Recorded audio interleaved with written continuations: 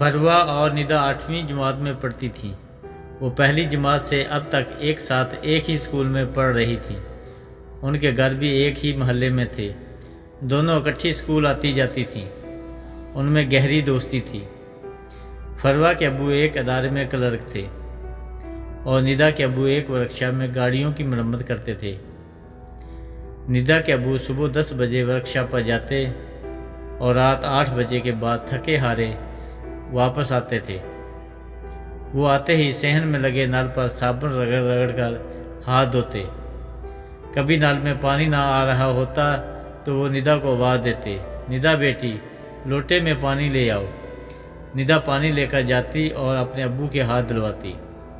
اسے یہ دیکھ کر بہت دکھ ہوتا کہ اس کے ابو کے ہاتھ گریس اور کالک کی وجہ سے کالے ہو چکے ہوتے ہیں اور وہ مشکل سے یہ کالک اتارتے ہیں۔ ندا سوچتی کاش میرے ابو پڑھے لکھے ہوتے اور کسی دفتر کے ملازم ہوتے۔ ان کے ہاتھ ہمیشہ صاف ستھرے اور سفید رہتے۔ ندا کے ابو اس سے بہت پیار کرتے تھے۔ اسے اس کی پسند کی چیزیں لا دیتے اور صبح اسکول جانے سے پہلے اسے 10 روپے جیب خرچ بھی دیتے تھے۔ ندا نے کچھ دنوں سے محسوس کیا کہ فروا جیب خرچ کے لیے زیادہ پیسے لے کر آتی ہیں۔ اس کے پاس روز کوئی نہ کوئی نئی چیز ہوتی ہے۔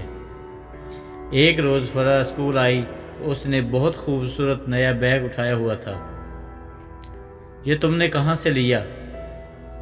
ندا نے فروا سے پوچھا۔ میرے ابو نے ایک بڑے اسٹور سے لے کر دیا ہے۔ اچھا، کتنے کا ہے؟ ندا نے زپ کھول کر اس کے اندر جھانکا۔ بیگ کے اندر پین، پنسلیں اور پھٹا رکھنے کی الگ الگ جیب تھی اور لنچ باکس رکھنے کے لیے الگ۔ بیگ کے نیچے پہیے لگے ہوئے تھے۔ اسے اٹھانے کی بجائے گھسیٹا جاتا تھا۔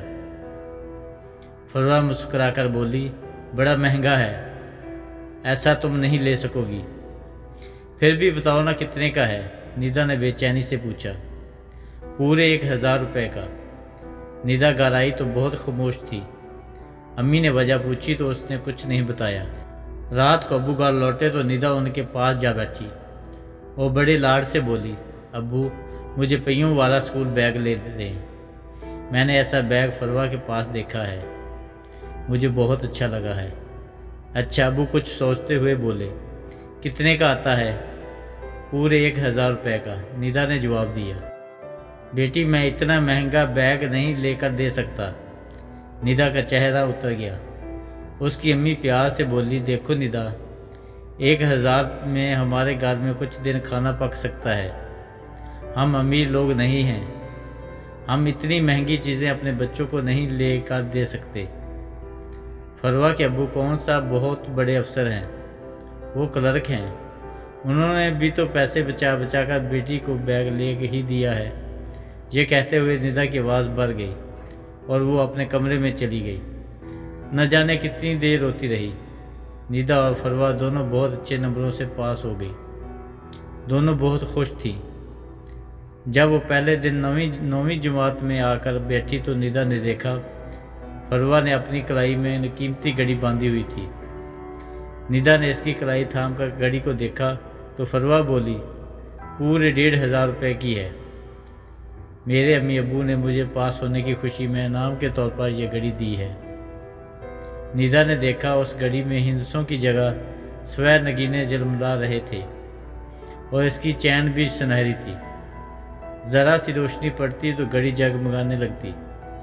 سارا دن وہ گھڑی ندا کی نظروں کے سامنے جلملاتی رہی۔ ابو گھر آئے تو ندا ان کے پاس جا بیٹھی اور سوچنے لگی کہ ابو سے کیسے بات کروں۔ کیا بات ہے بیٹی؟ لگتا ہے تم مجھ سے کچھ کہنا چاہتی ہو۔ ابو میں نے 8ویں جماعت میں بہت اچھے نمبر لیے ہیں۔ آپ نے اس خوشی میں کیا دیا؟ بیٹی، ہم نے اپنی گلی میں مٹھائی بانٹی تھی، تم خود ہی تو ہمسایوں کے گھر لڈو دینے گئی تھی۔ اور میرے لیے کیا کیا؟ تمہیں 9ویں جماعت کی کتابوں کے ساتھ نیا جیومیٹری باکس لے کر دیا تھا اور ایک اچھا سا پین بھی۔ بس ندا منہ بنا کر بولی، فروا کے ابو نے اسے بہت اچھی گھڑی لے کر دی ہے، مجھے بھی گھڑی چاہیے۔ ندا تم جانتی ہو، امی بولی، तुम्हारे अब्बू ने तुम्हारे दूसरे बहन भाइयों की किताबें और यूनिफॉर्म भी खरीदे हैं। उनके पास अब कोई गुंजाइश नहीं, इसलिए कि हम गरीब हैं, निदा ने दुखी दिल से कहा और वहाँ से चली गई। चंद माह गुजरे। निदा और फरवा स्कूल से लौट रही थी तो फरवा बोली, निदा कल से मैं तुम्हारे साथ स्कूल नहीं जाऊंगी। क्यों? निदा हैरान रह गई। इसलिए कि मेरे अब्बू ने भाई जान को नया मोटरसाइकिल लेकर दिया है। अब भाई जान मुझे स्कूल छोड़ा करेंगे और वही लेकर आएंगे। फरवा की ये बात सुनकर निदा बहुत दुखी हुई। उसका स्कूल अगरचे घर से ज़्यादा दूर ना था, लेकिन निदा को अकेले एक एक कदम उठाना मुश्किल लगता। उसे याद आता कि वो जब फरवा के साथ बातें करती स्कूल जाती थी तो वक्त और फासला कितनी आसानी से कट जाता था, कुछ पता ही नहीं चलता था। शाम को अब्बू घर आए तो निदा ने लाड से पूछा, अब्बू आप मुझसे कितना प्यार करते हैं? बहुत ज़्यादा, अब्बू ने उसके सर पर हाथ रखकर प्यार से जवाब दिया। अब्बू फरवा के अब्बू ने उसके भाईजान को मोटरसाइकिल लेकर दिया है। अब वो उनके साथ स्कूल जाती और घर आती है। मुझे अकेले जाना पड़ता और मैं थक भी जाती हूँ। तो फिर अब्बू ने पूछा, आपकी कमेटी निकलने वाली है, उससे आप मोटरसाइकिल ले लें और मुझे उस पर स्कूल छोड़ आया करें। नहीं बेटी, अब्बू बोले, तुम जानती हो बरसात में हमारे घर का एक कमरा गिर गया है। मैंने कमेटी के पैसों से यह कमरा बनवाना है। निदा का चेहरा उतर गया। उसकी अम्मी बोली, अगर तुम अकेले स्कूल जाने से घबराती हो तो फिक्र न करो, मैं तुम्हें स्कूल छोड़ने जाया करूँगी और मैं ही ले आया करूँगी। और यूँ अपनी ख्वाहिशों को दबाते हुए कुछ अरसा और गुजर गया। निदा के अंदर अपनी गुर्बत का एहसास बढ़ता ही जा रहा था। 2-3 दिनों से फरवा स्कूल नहीं आ रही थी। निदा इसके लिए फ़िक्रमंद थी। उसने अपनी क्लास की लड़कियों फातिमा और नेहा को कहते सुना, नेहा तुम्हें पता है फरवा के अब्बू रिश्वत लेते थे? हाँ, नेहा बोली, मेरे भैया भी बता रहे थे कि रिश्वत लेते हुए पकड़े गए, वो नौकरी से निकाल दिए गए हैं। फरवा के घर वाले सख्त परेशान हैं। फातिमा कहने लगी, फरवा भी अपने अब्बू की इस हरकत की वजह से बहुत शर्मिंदा है। वो कहती है कि इस स्कूल में नहीं जाऊंगी, किसी और जगह दाखिला लेऊंगी। ये बातें सुनकर निदा को बहुत दुख हुआ।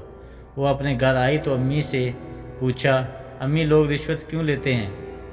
बेटा, जो लोग खुद लालची होते हैं या वो अपनी आमदनी से बढ़कर अपने बच्चों की ख्वाहिशों और फरमाइशों को पूरा करना चाहते हैं तो नाजायज़ काम करते हैं। वो हराम की कमाई से वक्ती ऐश आराम हासिल करते हैं, लेकिन आखिरकार इनका अंजाम बुरा होता है, दुनिया में और आखिरत में भी। वो कैसे? निदा ने पूछा। दुनिया में तो कभी ना कभी उन्हें तकलीफ़, ज़िल्लत और रुसवाई मिलती ही है, लेकिन आखिरत में भी इनका ठिकाना जहन्नम है। हमारे प्यारे रसूल हज़रत मोहम्मद सल्लल्लाहु अलैहि वसल्लम ने फरमाया था कि रिश्वत लेने और देने वाला दोनों जहन्नमी हैं। अम्मी, शुक्र है हमारे अब्बू ऐसा कोई काम नहीं करते। निदा बोली, हाँ बेटी, तुम्हारे अब्बू मेहनत कश हैं। मेहनत में अजमत है। हलाल कमाई कमाने वाला दुनिया में भी और सुकून से रहता है और आखिरत में भी इसके लिए बड़ा अजर है। अम्मी, मैंने कहीं पढ़ा था काला धंधा और काला धन। निदा बोली। अम्मी कहने लगी, बेटी, काला धंधा नाजायज़ और बुरे काम को कहते हैं और काले धन का मतलब है हराम का पैसा। शाम को निदा के अब्बू घर आए तो सीधा नल के पास गए। फिर आवाज़ दी, निदा बेटी, नल में पानी नहीं आ रहा, लोटे में पानी ले आओ। निदा पानी लेकर गई और अपने अब्बू का हाथ धुलवाने लगी। अब्बू बोले, ज़्यादा पानी डालो, आज तो हाथ ज़्यादा काले हो गए हैं। निदा बोली, अब्बू, काले हाथ उनके होते हैं जो काला धंधा करते हैं और काला धन कमाते हैं। आप तो मेहनत करते हैं, हलाल कमाते हैं। आपके हाथों पर काला रंग लग भी जाए तो फिर भी ये साफ हाथ हैं। मेरी बेटी तो बहुत सियानी हो गई है, अब्बू ने हंस कर कहा और निदा के सर पर हाथ रख दिया। Thanks for watching and